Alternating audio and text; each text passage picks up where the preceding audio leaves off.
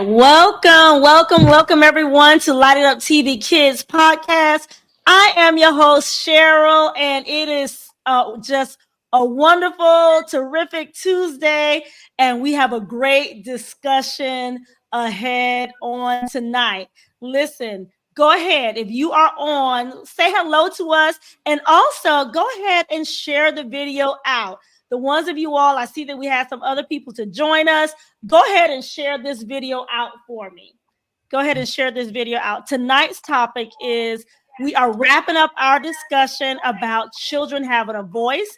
And tonight's discussion is children having a voice in blended families. So this is going to be a very good discussion, a discussion that sometimes we shy away from and we don't want to discuss. But I think it's important for us. I have a personal testimony. It is important for us to discuss. So go ahead and share this video out. Say hello to us. The ones of you all that are on, please say hello.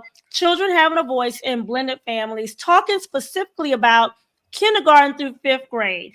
Just to let you all hi Selena, to remind everyone that Light It Up TV's voice is to teach children to have a voice and to use their voice in a positive way to impact their schools, their families, and their communities. Okay. So that is, yes, Felicia, very important. Thank you so much. So tonight we have two wonderful guests with us, and that is Minister Jermaine Easterwood and Gloria Wilson. Thank you all so much. Yes. Hey. Now, I always like to say where I know you from, how long I've known you, and I'll start Gloria. I've known you when I was thinking about it. I have known you. You have been my sister for, oh my gosh, plenty of years. Our children grew up together in church and ministry, and yeah, you've always been solid. You know, somebody that I know that if I share something with, that it's not going anywhere, right? Yes. And I think I spent over 10 years. It's been over 10 years, or probably more. I think it's been 13. 13, right? I think it's been more. But I was like, oh yeah, it's been more than that. So yes, so thank you so much to Minister Jermaine. You and I served in ministry together. That's right. And it's been over, it's about 7 years. I was trying to calculate, and I was like, oh, I know I was at the church for over 10, 12 years. So I think he and I, we've been doing ministry and just involved with the youth ministry for about that time. So thank you so much. Those of you all that are joining us, just joining us, go ahead and share the video out. The topic is children having a voice in blended families. So let's jump on in. Let's see. So I want to share. Minister Jermaine, first I'll let you share with us what is your experience with just this topic and share your family dynamics with us.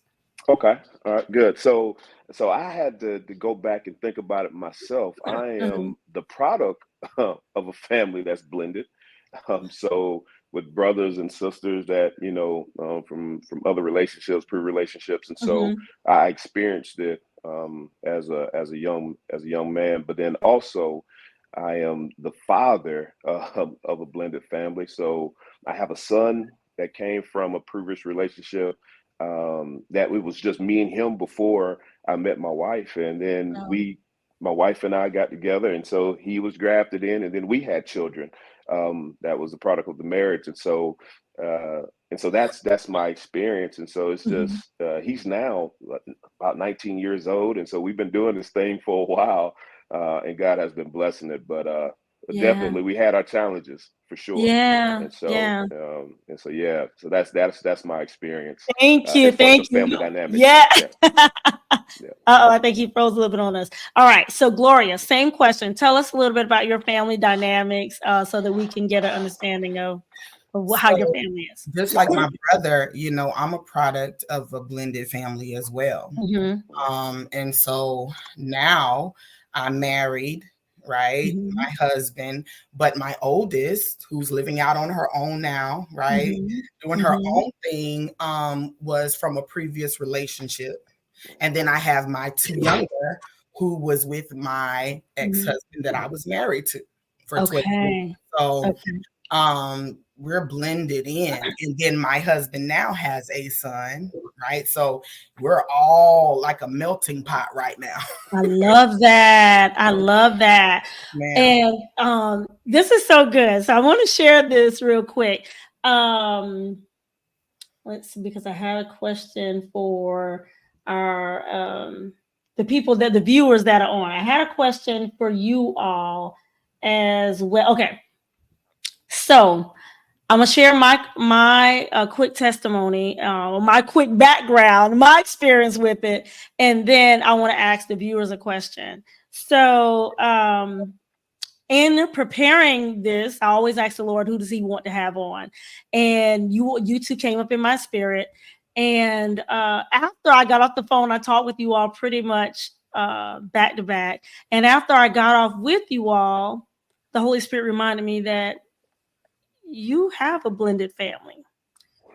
And it was so crazy because because of different challenges, as Minister Jermaine said, for some reason, I didn't even think of myself when talking about this discussion, having this, when getting to, and preparing for this discussion, I didn't think about myself. My husband had a daughter from a previous relationship before we got married.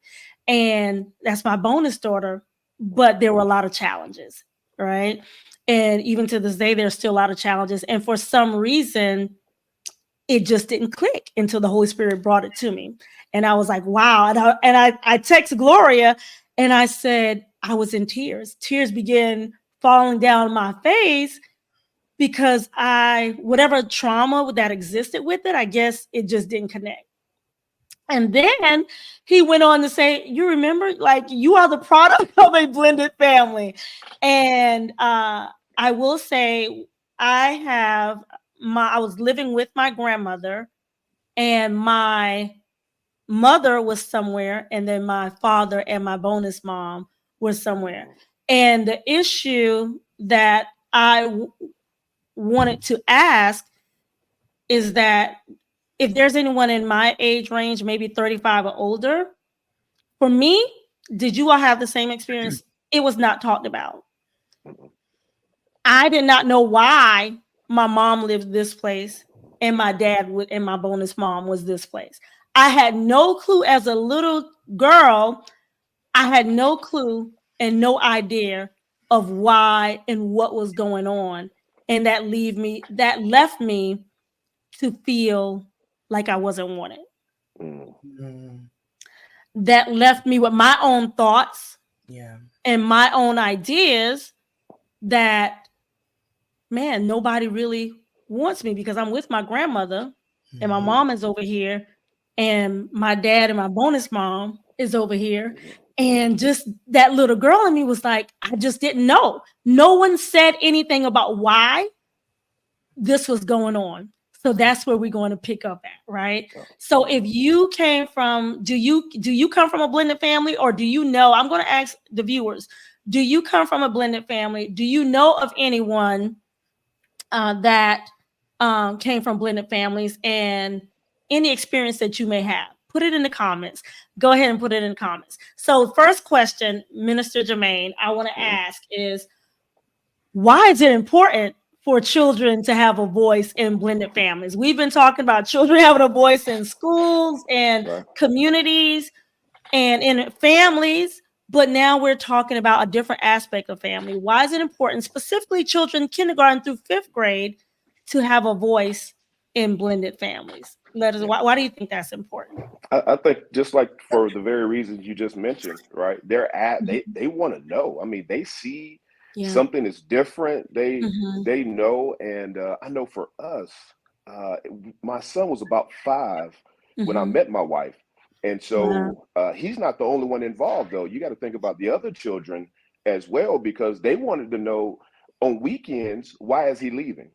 Wow. You know what I'm saying? So where is he going? And we don't share the same mom. And why does he have, and then he has to come back and he's missing holidays. And so everybody had questions, and you got to know that it's affecting them emotionally and psychologically. They're trying to process this. And so, like you said before, with our culture, we just don't talk about it. Yeah. And we think it's going to just go away. And so I want to talk about it because I don't want it to be repeated. Yeah. You know what I'm saying? And so I believe if it can be talked about, hopefully it can be resolved, and it will stop with me, because obviously there's a loss somewhere in there. There's a broken relationship. Someone may have passed, and so it is birthed out of a loss experience. And so it's not going to be easy. Yeah. You know what I'm saying? And so that's what we all are dealing with emotions, including the children. So they need to know that they're heard and they're seen.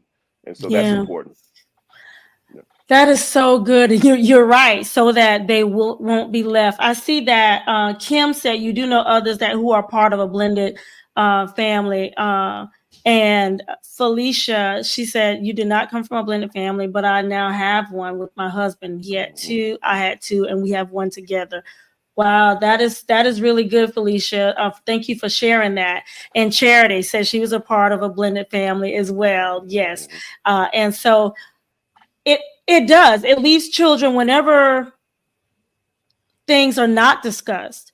And I think as we've been talking about over the past episodes is that in our culture, some things, would you all agree, viewers? Some things just was not discussed. The open dialogue that we have with our children now, that we try to have with our children now, it was just back then, it just wasn't discussed. When you look at, like, for myself, but we are trying to do things differently because we are aware that, and I know that being me coming from a product of a blended family, I was able, as Charity's in the comments, my husband and I were able to, I'm like, no, we need to talk about this. I need to know how they feel about this situation, because they do have a sister, and our goal was to try to keep them involved in trying to keep her involved in what was going on with us, trying to keep them involved and keeping in contact and not feeling distant, not having one person to feel like they are not a part, right? Because it's so easy. It was so easy for myself because I did not grow up in the household with my dad and my bonus mom and my other siblings that grew up in the house together. I was the only child from my mother. So it was so easy for me to feel like the outsider, right? That wasn't the goal, because when I was treated very well by my bonus mom, but the fact still remains is it wasn't discussed. So that left me in my own feelings. So Gloria, same question with you. Why do you feel that it's important for kindergarten to fifth graders to have a voice when you're talking about blended families? For me, I feel like it's important because how else will we be able to locate them? Woo. How else would we be able to really talk to them, speak into them, right? Because bless their little hearts, K-5, bless their little hearts. I mean, I've gone to the school before, and I'm like, okay, we're teaching certain things here in the house, but then they get to the school and they see all kind of other stuff. And just like the guy said, they got questions, they got concerns, and so for me, I make it a point to pray every morning. They get in the car from school. How was your day? I want to hear from you. I need to hear from you, because I know we say it all the time that our children, like, we didn't deal with a lot of stuff that they're dealing with right now. It's just really true. A lot of things we were dibbing and dabbing in, right now these kids are submerged in this stuff. Yeah. And it's like, well, why is the enemy just targeting so hard at our young people? Because he knows that if he can get them in this age, at this stage, trying to wreck the rest of their lives. Yeah. To where they're having to deal with this emotional trauma as, you know, whatever they've dealt with. Right. And so I want to hear from my kids. I encourage it. Like sometimes even when they feel like, I don't want to talk, I'll do things to open it up because I need to hear from you. Right. Because we're combating not only what they're looking at the school, but the teachers as well. There are outside things that are trying to get their attention, and they're trying to get them to go in the pathways that are not like God all the time.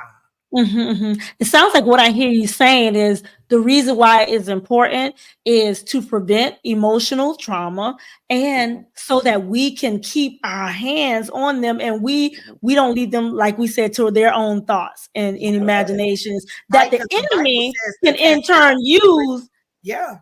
That the enemy can in turn use for something else. No, go ahead. Go ahead. Because the Bible says to cast down every thought, every imagination that tries to exalt itself. So there's going to be things that are going to try to exalt itself in their minds and their imaginations that we got to go in and arrest that stuff and say, no, that ain't it, baby. You know, and so I encourage them, talk to me because we want to know so that we can talk about it for real. Right. Talk about it for real. Right. That is the thing. I see Kim. We're going to come back to our next question. Kim, yes, as kids, and that's the thing, Kim, right? Like them being able it's hard enough as adults being able to process this type of thing. That is so true, Kim. And then when you're talking about kindergarten through fifth grade, that's ages 5 to 10, you all. Age 5 to 10. And their process, you're talking about if we don't speak to them about when there's a situation of a blended family, when that's occurring, what are they processing? What are they feeling? What are their emotions? What are they understanding? Some just don't understand. It's important to get on their level in conversations. That is a good question, because now I'm going to say, how do we get on their levels in those conversations? I want y'all to think about that. How do we get on their levels? Minister Jermaine, the next question is, so we said why it is important. Let me start with Gloria, because I started with you first. Gloria, we said why it was important, and you touched on a little bit of this in your response. What does it look like, okay, when we're talking about giving them a voice in blended families? What does that look like for your family particularly? Because every blended family is different. What does that look like? And I want to remind everyone, when we're saying giving a voice, that means where children are heard and they're understood and they're able to share their ideas, their feelings, and their emotions. That is their voice. So what does that look like in your family? What did that look like? I know that you have your baby boy that's in elementary school now, and then but you had your other two that was also younger at one point. So what does that look like? What does that look like in your family? What did it look like in your family with giving your children a voice? So for my family, I wanted to make sure that we all came to the table. So when I was dating, in the beginning, I didn't allow my kids to meet my husband now because I needed to get to know him. You know, I felt to a place to where, okay, and now I can, as long as me and you understand where we're going, now I can introduce you to my kids, right? So, but allowing everybody to come to the table, not just me, not just him, but also their biological father. Okay. Which is a whole different situation. But still allowing him to come to the table, and then his wife. Wow. Okay. He has allowing her, because they go with them during the summertime. So I don't need his voice to be foreign to them. I need all of us to come to the table and say, hey, this is what's going on. How do you feel about this? How do you feel about Mr. Robert as you've been getting to know him? How do you feel about Miss Sharice? You know, like just bringing us all there to the table, because it takes a village to raise these kids. We need everybody. Everybody is important. That's right. And even though, the dynamics is changed where you have one parent, biological parent, that's teaching principles of God, and the other biological parent is kind of veered off doing other things, but your voice is still important because he loves children, and so just allowing them to know, like, hey, we love you and we all want to hear from you. What you have to say is important. It matters to us because we want you to be successful. Yeah. So them knowing, like, man, and I can do this in front of my parents who love me, who are here to protect me and guide me. That gives them confidence. That gives them strength, to be able to speak even in places like schools and other places because they're able to be right here with us. Yeah. Did they have any reservations, like with sharing and talking in front of like Robert and your ex-husband's wife? Did they have like the reservations about like being like completely open to you? No, I say no because they trust me. That's good. I'm not gonna bring anybody to them that's gonna hurt them, that's gonna, bet, you know what I mean? Like, they trust their mom. And so they see their mom opening up and sharing. Right? Because the foundation was set. It was already the foundation was set with your relationship. So that gave them empowerment to know that, okay, this is mom and she's bringing, so this is safe. This is a safe place for me to share my emotions, for me to share my voice, for me to have a voice and share my ideas and feelings about it. Because just like you said, I came from an era too where it was like, what's done in this house stays in this house. You're right. So a lot of things just swept under the rug. But as I grew up, I said, I don't want that for my children. Because I knew what it did to me. Yeah. And things I had to fight as an adult. I want them to be not only, spiritually healthy, but mentally healthy. Like, I want them to be well-rounded, And so, but we all come to the table. That's what that looks like. Everybody. That's good. That's good. For the ones of you all that are just joining us, we're talking about children having a voice in blended families. And we wanted to ask the question, and I see that Charity had a question, is what does getting on their level look like? And that is a great question. We're gonna transfer that and put that on Minister Jermaine. What does getting on that level? I'm sure he'll answer that in his discussion. What does that look like? And that's a good question when you're talking about getting on their level, kindergarten through 5th grade, and giving them a voice in their blended families. And I want to share that even though a lot of us may not have been, or a lot of you all viewers may not have been a product of a blended family, but this is something that whenever you might hear someone talking, you hear something that is said here, then you can remember, oh, you know what? I remember this little nugget. This is something that you may could try. This is something that you may could do. So I believe that even though it may not be for you individually, I do believe that there are extensions to this, right? There's extensions that the way the Lord has this set up. So thank you for being on. Thank you for engaging. And so, Minister Jermaine, your question, what does that look like? Oh, hold on. Let's see. Kim said, I think a little of what Ms. Gloria explained too, with allowing them to speak their language about how they feel in this situation is one way, in my opinion. Okay. So that's what Kim was saying, that's what getting on their level looks like, is what Gloria was saying about allowing them to speak their language and then creating that safe space for them. Thank you. Hey, Kiwa, thank you for joining us. We're talking about children having a family, children having a voice in blended families. So Minister Jermaine, you are up. What does that look like? We've talked about the importance, and now we're talking about what does it look like in your family? And yes, what does that look like? How do you navigate it? Who all is involved? Well, everyone is involved, but it comes with transparency. And because even as we went through this process, we were all growing. You know what I'm saying? Who I was when I had my son is different than who I am now. Who he is different. My wife is, so we all growing. You know what I'm saying? And so I started with transparency. I had to apologize that daddy operated outside of the will of God. What happened not necessarily was supposed to. You're not an accident. God ordained you to be here, but I moved outside of the time I was supposed to move. And daddy did that. That was me. And so I apologized. Yeah. You know, and then with me becoming transparent, I believe that opened up the door for everyone else to be transparent. And so that's the way I led. I led with transparency. But let me say this is because if you think about blended families, it's in the Bible. Yeah, come on, talk on that. It's all through the Bible. Abraham, blended family.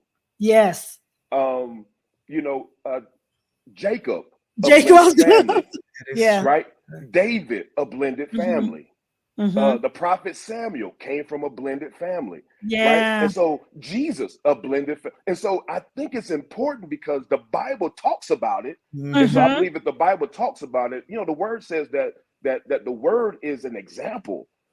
Yeah. And so if there are some things that I don't want to happen, the Bible shows me that I need to do some things to get ahead of it so that the same things don't happen. You know what I'm saying? Yes. And so it's all in the word, which means that God has an ear to it, he's sensitive to it, and that we got to do something about it, right? It's not going to just go away. We got to deal with it. And so it's very important. And so that's why even taking some cues from scripture, I didn't want a thing like what Joseph had to go through, where siblings are fighting. Yeah. You know what I'm saying? Favoritism that was shown. All of these things, strife between the mothers and all. And so it's biblical. And so I just, and so it's important. It's there. We don't have to be ashamed of it, but we do need to discuss it because although it's in the Bible, we don't want to repeat it. And that is so important to me. I don't want this repeated. I want it to stop with me. Yeah. You know, I don't want to see this anywhere else in my bloodline going forward. Because it can create a lot of challenge, right? If it's not handled with the right delicacy, right? And the right anointing, and the right, it can create so many challenges in itself because, like you said, it is birthed from that of some type of loss. When you talk about a blended family, there has been some type. Minister Jermaine, I think we just lost you visually. I don't know if you can still hear us, but we just lost visual with you. But you all, as he was saying, that this was birthed. When you're talking about blended families, it was birthed. The enemy must don't want him to finish what he's going to say. But listen, we believe in Jesus' name that he is going to get visual. We're going to hear from him, and he is going to be able to share what it is that the Lord wants him to share. But yes, I see that key was said on here, that transparency is everything. Yes. And then she also said about prevention. And there you go. All right. Yeah. He might not want you to finish, but you're going to finish what the assignment that the Lord gave you tonight. Okay. Yes, sir. All right. We prayed on this ahead of time. So Kiwa said prevention, getting ahead of things, proactive and not reactive. And that is why I think back then, a lot, if there were some other people that were on from my era back then, I'm sure that they would say that the trauma from it, because of the fact that it was not discussed, because of the fact that we did not have a voice.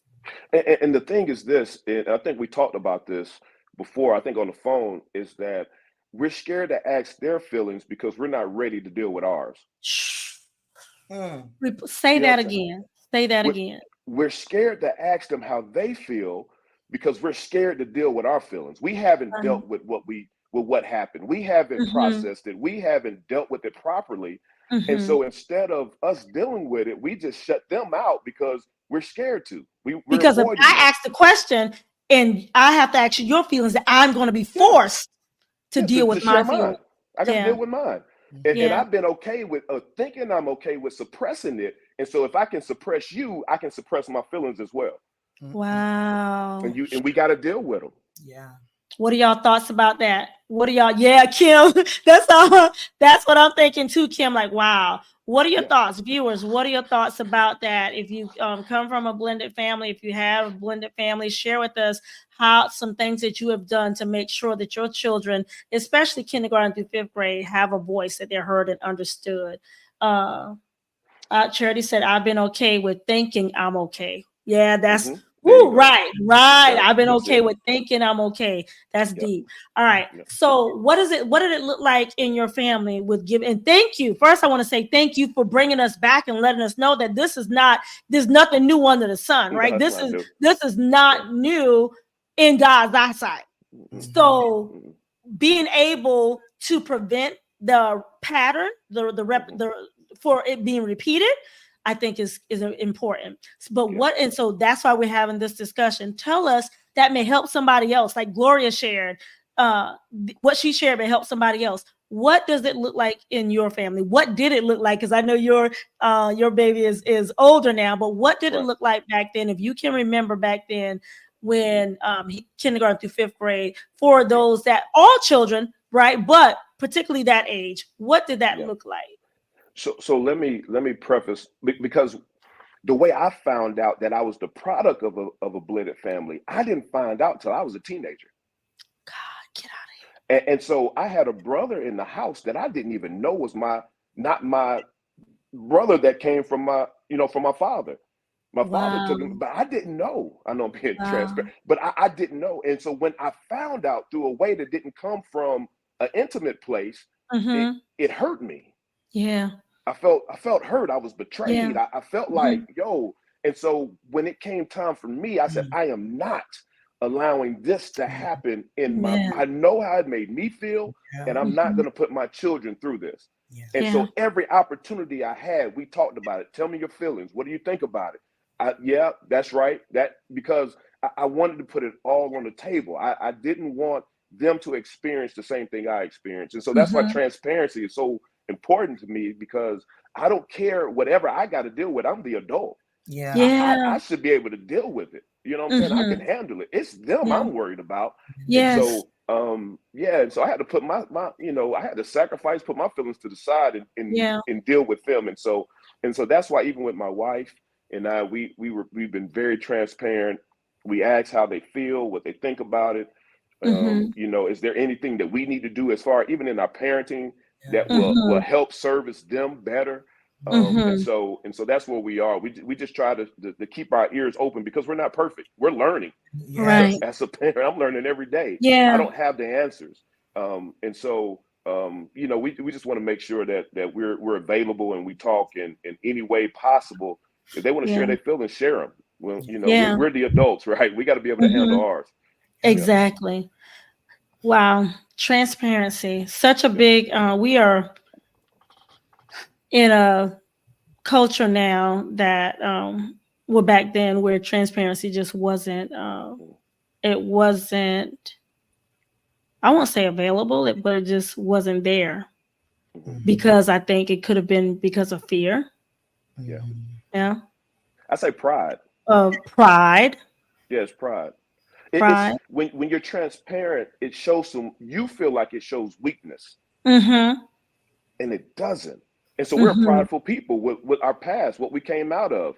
Yeah. Slavery, Jim Crow, all that kind of stuff. And we've been taught to be prideful.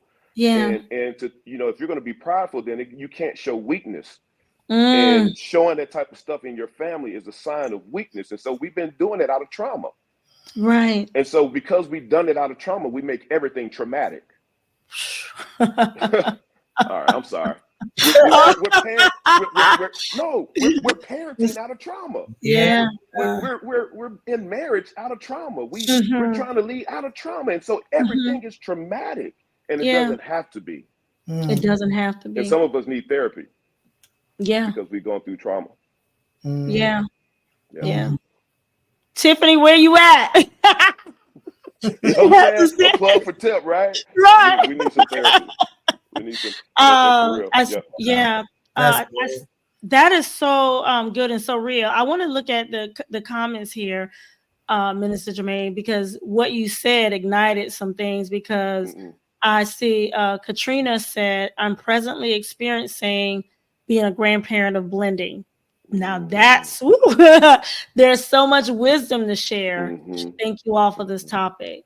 That's a whole nother, right? Because you don't want, you right, when you're talking about being the grandparent of blended. Yeah. Because you don't want, again, you don't want to show they can't be. And the simplest thing that's said, the simplest thing that's done, and that's why talking about the things are important, so that the simplest thing that's done is not left to feel traumatic. Felicia, yes, and when they tell us things, not dismiss it. Ooh, and you're about to say, and admit where you messed up. That's it. Listen, that right there, that part, admit hard where for parents to say, I'm sorry, I messed that up. You know what I mean? We have to do that. We have to be able to say, you know what, I didn't do right there. You know what, I'm sorry. And really talk about it. It's okay. We all mess up, but it's about how you recover. Yes, and you know what? It's what the Bible says about fathers: don't provoke your children to anger. And that sometimes, because we're hard-headed and sometimes hard-hearted, we can provoke our children to anger because they know they're not crazy. They know what's up, and when we do that, it can provoke some anger in them. And that's why you see so many children nowadays who are angry. They're fighting, they're rebelling, they're in school. They don't like authority. They don't respond. It's because they don't respect the authority at home. And so it spills into the schools. Whenever we're going to wrap up, but I want to share this, and I want y'all to be thinking about just any one last tip as I'm one last tip. Kim says the enemy will often try to prey on kids' feelings or feeling left out and not important. And it's very important for parents to keep the lines of communication open and spend quality time with them so they feel loved. Kim, you hit it on the head, and that leads into what I was going to share. Where she said that the enemy will often try to prey, thank you, Christina, prey on the kids' feelings of feeling left out and not important. If we don't address it now, with the kindergarten through fifth graders, these feelings will grow up with them through teenagers. Yes, ma'am. And it grew up with me. As a result, I was very promiscuous because I was searching. Nobody talked to me about it. I didn't know. I felt I was left with the feeling of feeling unloved, right? I believe if they could, I don't know for whatever reason, right? But I'm going to say this. My sisters and I now have a really good relationship. I have 3 sisters from my dad and my bonus, 4 sisters from my dad and my bonus mom, and a brother from my dad and my bonus mom. And it was left to us. So we reached out and began repairing for ourselves. Yeah. That's not always seen or done.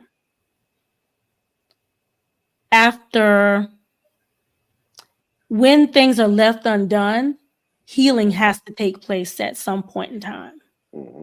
So if we can help them heal, help them understand, I won't even say understand first. If we can help them to understand first, I think the trauma can be prevented, right? Because now I understand, I have a voice, I'm being heard.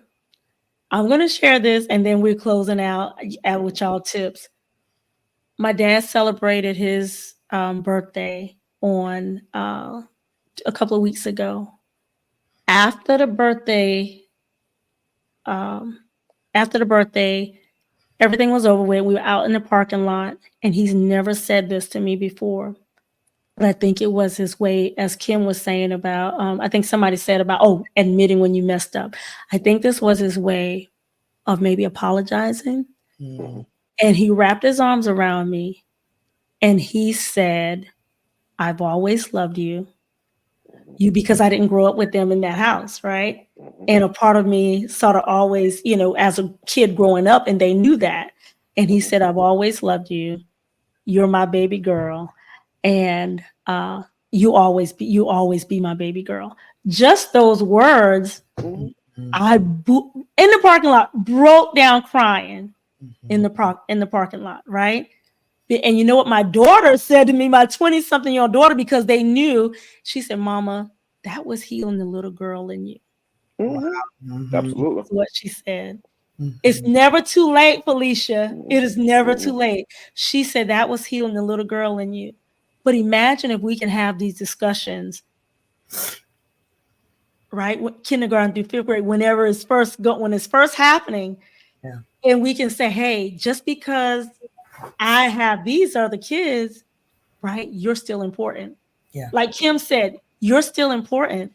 I still love you. There is no difference, and making sure that there is no difference seen. Imagine what that would be for our children. So I want to say thank you all for the comments. Thank you, viewers. Continue. I want you to share this video out. If you know of anybody that may be having blended families, or that maybe people are not, like Minister Jermaine said, there's nothing new under the sun. This is not anything that's new. It's just been taboo, I think, as one of our viewers said, for us to not talk about it. Yeah. Nita, thank you. Go ahead. Can I just give one thing before we close? Because I think this is important, that and God, the Father, had to do it with Christ, the Son. That after Christ was baptized, God, the Father, had to speak confirmation and affirmation over him before he released him into the wilderness. Wow. That is important. Yeah. He said, this is my beloved Son in whom I am well pleased. Yeah. That was affirmation and confirmation. Yeah. Every father, every mother, before we can release our children into the world, no matter where they came from, affirm who they are and confirm that they belong to you. Yes. Yes. Can you please repeat that again? That's good. Repeat that again. Repeat it again. No, I'm serious. Repeat it again. So the Father gave us, and I believe this is instructions. This is a principle that we have to do. Yeah. The Father had to confirm and affirm the Son before he was released into the world. And I mean into ministry, into the wilderness. He said that this is my beloved Son in whom I am well pleased. He said, this is my Son. I confirm him. He's mine. Yeah. And let me affirm him emotionally by telling him I am well pleased. And so before you go into the world and and the world gets a hold of you, let your Father speak a blessing over you to let you know you belong to someone. Yes. Please, you ain't got to do nothing yet for me to love you. I love you not based on your behavior, not based on your accomplishments. I love you because of who you are. Because you are my beloved son, my beloved daughter, in whom I am well pleased. And if I can get a hold of you now before you leave the house, I don't have to worry about you when you get into the world because you are secure. I'm securing you. That's I have to first be secure first. That's right. And so I'm saying every parent, you heal before you can go and heal them. Because when you are confirmed and secure, then you can secure them before they leave. Wow. That's good. My beloved son, I'm well pleased. Speak that blessing over your children before they leave the home. You mine, and I am pleased with you. Yes. You know what I'm saying? Before they leave, because the world is going to tell them something else. And they got to know that, no, my instructions have already been given to me. I know who I am, and I know that my parents love me, and so I'm good. I'm secure. And that prevents insecurity. Can I just lastly, go ahead. Now listen, I see Key was saying affirmation and confirmation is so vital. It prevents so much, and it does a number on a child's heart and whole life and identity. Yes. That's it. Yes. Gloria, as we are closing out, you all stay with us to the end. Gloria, go ahead. 2 minutes. Go.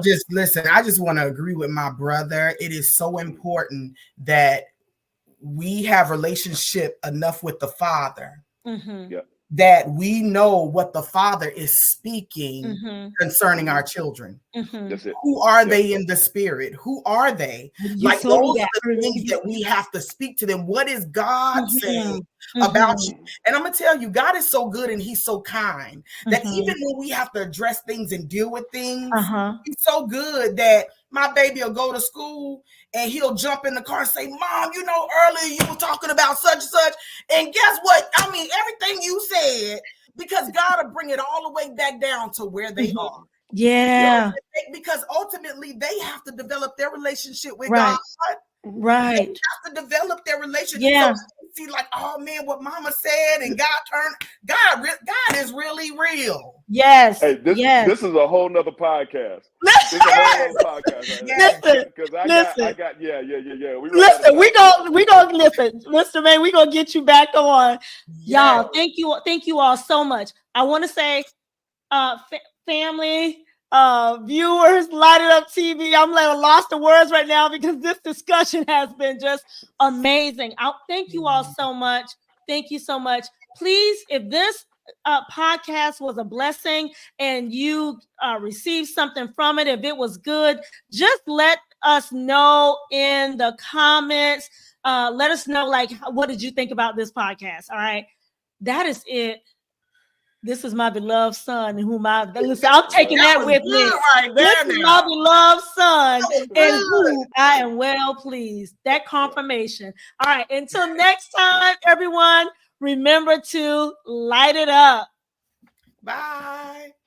Bye. Let's see. Christina.